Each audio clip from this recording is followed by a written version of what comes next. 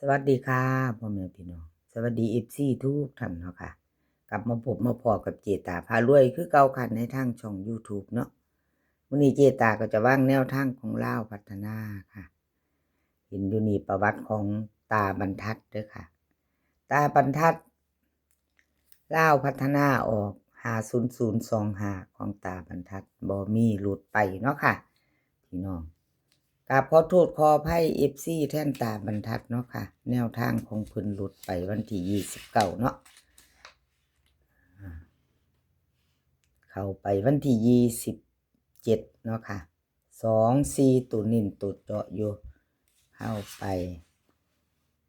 3งวดค่ะเจตาให้เบิ่งประวัติของตาบรรทัด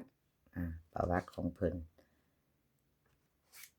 29หลุดไปเนาะค่ะนี่ก็ของใหม่มากค่ะได้เปรียบเทียบใส่กันพิจารณาซ่อมใส่ของใหม่ของเก่าเนาะค่ะพี่น้องของตาบรรทัดเพื่อ FC ใหม่เพิ่นเข้ามาเพิ่นบ่ทันได้เคยเห็นแนวทางของตาบรรทัดเนาะค่ะอาจจะเป็นครั้งแรกก็มีเนาะถ้ายังบ่ทันได้กดติดตามเนาะค่ะถ้าชอบคลิปนี้เนาะค่ะทางช่องของเจตาพี่น้อง FC คนใหม่เข้ามาชอบคลิปนี้บ่ทันได้กดติดตามค่ะกดติดตามค่ะแล้วก็อย่าลืมกดกระดิ่งแจ้งเตือนเนาะจะได้บ่พลาดคลิปใหม่ๆของเจตาพารวยค่ะอย่าลืมกดกระดิ่งแจ้งเตือนนำเด้อค่ะพี่น้องจะได้บ่พลาดเนาะกราบขอบพระคุณล่วงหน้ากราบขอบพระคุณเป็นอย่างสูงเนาะค่ะแล้วก็แนวทางของตาบรรทัดค่ะกราบขอบบุญขอบคุณหลายๆที่ให้แนวทางมาวางทางช่องของเจตาเนาะมาไปต่อไปใหม่ของเพิ่นค่ะแนวทางใหม่รุ่นกันรุ่น31ค่ะพี่น้อง31เป็นวันศุกร์31เป็นวันศุกร์เนาะแนวทางใหม่ของตาบรรทัดลาวพัฒนาค่ะFC เตรียมแคปหน้าจอเด้อค่ะของตาบรรทัดวิ่งรูดค่ะ9กับ2ตัว4หาง91 92 24 25 24 25เบิ้ล99 22 3ตัวค่ะ3หาง924 291 992วิ่งรูดค่ะวิ่งรูดเด่นเท่ากัน9กับ2ตัวค่ะเพิ่นเน้นให้92กับ25 3ตัวนี่เน้น992ค่ะตาบรรทัดไปจะตามต่อแคปหน้าจอค่ะแคปหน้าจอไปต่อกับตาบรรทัดเนาะเลขทุกตัวเอามาวางเพื่อเป็นแนวทางค่ะโปรดใช้วิจารณญาณในการรับชมเนาะค่ะ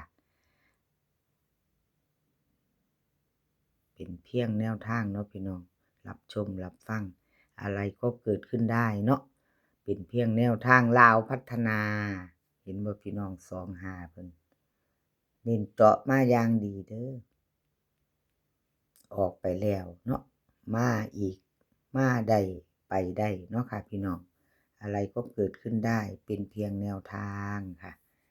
ไปต่อค่ะไปต่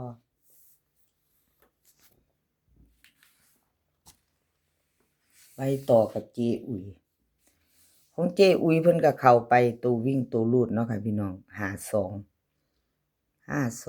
ก็ถึง5บน5ล่างจับคู่บ่เข้าเนาะเพิ่นบ่จับคู่กันจับมือกันมายืนอยู่คนละหม้องอันบ่ใกล้กันเนาะบ่มายืนติดกันเนาะพี่น้อง5กับ2นี่จับมือยืนเฮียงกันมาเราบ่ยืนใกล้กันก็เลยบ่เป็นคู่ห่างๆเนาะเจ้าก็ได้เนาะจีตาว่าติแม่นตัวพี่น้องเข้ามาอยู่เนาะเพิ่นละบ่จับคู่หลุดไปค่ะจีอุยเบื่อ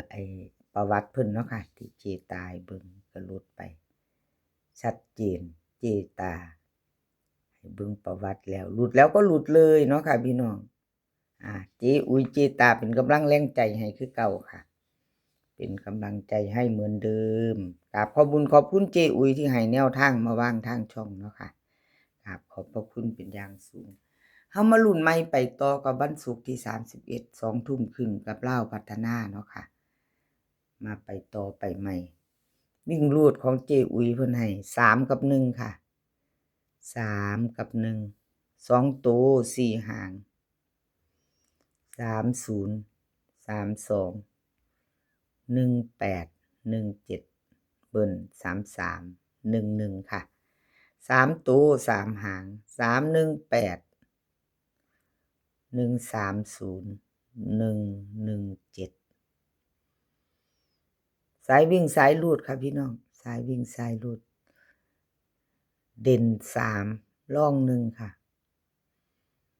ร่องที่1เด่นตัวเดียวเจอุยให้เด่น3ค่ะ2หางค่ะเน้น30เน้น30เน้น18ค่ะ3ตัวหางเดียว3ตัว130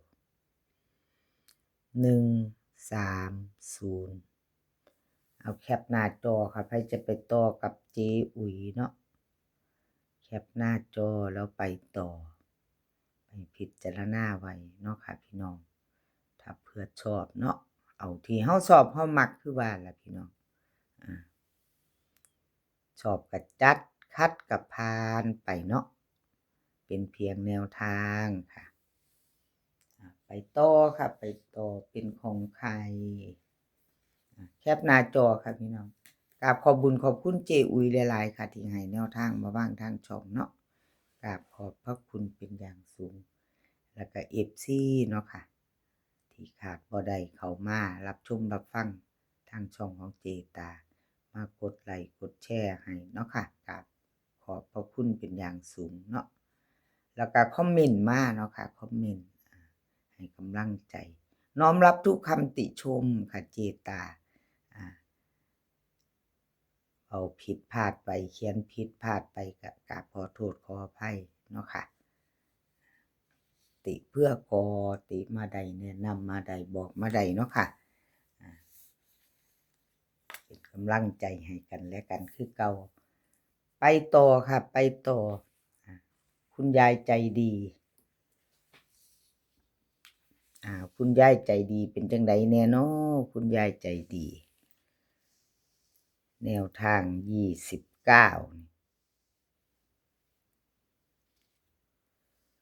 500บน3ตัวล่าง25เนาะค่ะรุดไปค่ะรุด2งวดเจ๊ตายเบิ่ง3งวดครับประวัติคุณยายใจดีเนาะ